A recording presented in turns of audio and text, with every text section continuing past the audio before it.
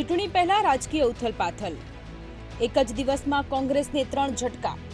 ન્યાય યાત્રા સમયે જ કોંગ્રેસ થઈ રહી છે સાફ। એક બાદ એક નેતાઓના કોંગ્રેસને રામ રામ।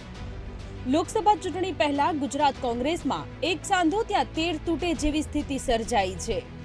એક તરફ રાહુલ ગાંધીની ન્યાય યાત્રા રાજ્યમાં ફરી રહી છે, તો બીજી તરફ કોંગ્રેસના એક બાદ એક નેતાઓના રાજીનામા પડી રહ્યા છે। ત્યારે આણંદ, અમરેલી અને પોરબંદર જિલ્લાના કોંગ્રેસના નેતાઓએ રાજીનામા આપી કોંગ્રેસને રામ રામ કહી દીધા છે। સૌથી પહેલા વાત કરીએ આણંદની, તો આણંદમાં કોંગ્રેસને વધુ એક ઝટકો લાગ્યો છે, કારણ કે પેટલાદના પૂર્વ ધારાસભ્ય નિરંજન પટેલ હવે કોંગ્રેસને રામ રામ કરી ભાજપમાં જોડાઈ ગયા છે।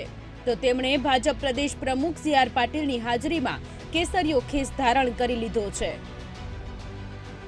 તો આ તરફ અમરેલી જિલ્લા કોંગ્રેસમાં પણ ભંગાણ પડતું જોવા મળ્યું। સાવરકુંડલા તાલુકા કોંગ્રેસ પ્રમુખ મનુ ડાવરાએ રાજીનામું ધરી દીધું છે। તેઓ અયોધ્યા રામ મંદિર મુદ્દે કોંગ્રેસના વલણથી નારાજ હતા, ત્યારે હવે કોંગ્રેસમાંથી રાજીનામું આપ્યા બાદ તેઓ આગામી દિવસોમાં ભાજપમાં જોડાય તેવી શક્યતા છે। મહત્વનું છે કે અગાઉ અમરીશ ડેર પણ કોંગ્રેસ પક્ષ છોડી ચૂક્યા છે। અમરીશ ડેર બાદ અમરેલી જિલ્લામાં કોંગ્રેસનું તૂટવાનું યથાવત છે। બીજી તરફ પોરબંદર જિલ્લામાં પણ કોંગ્રેસની કંઈક આવી જ સ્થિતિ છે। અર્જુન મોઢવાડિયાના રાજીનામા બાદ હવે પોરબંદર જિલ્લા પ્રમુખ રામભાઈ ઓડેદરા અને શહેર કોંગ્રેસ પ્રમુખ અતુલ કારિયાએ પણ રાજીનામું આપ્યું છે। આ બંને નેતાઓ અર્જુન મોઢવાડિયા જૂથના છે।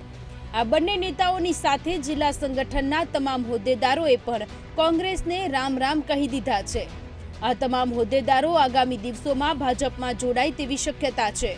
પક્ષ દ્વારા અવગણના કરવામાં આવતા કોંગ્રેસ છોડી હોવાના કાર્યકરો અને હોદ્દેદારો આક્ષેપ કરી રહ્યા છે, ત્યારે તેનો સીધો ફાયદો ભાજપને આગામી ચૂંટણીમાં થઈ શકે છે। Bureau report, VTV news.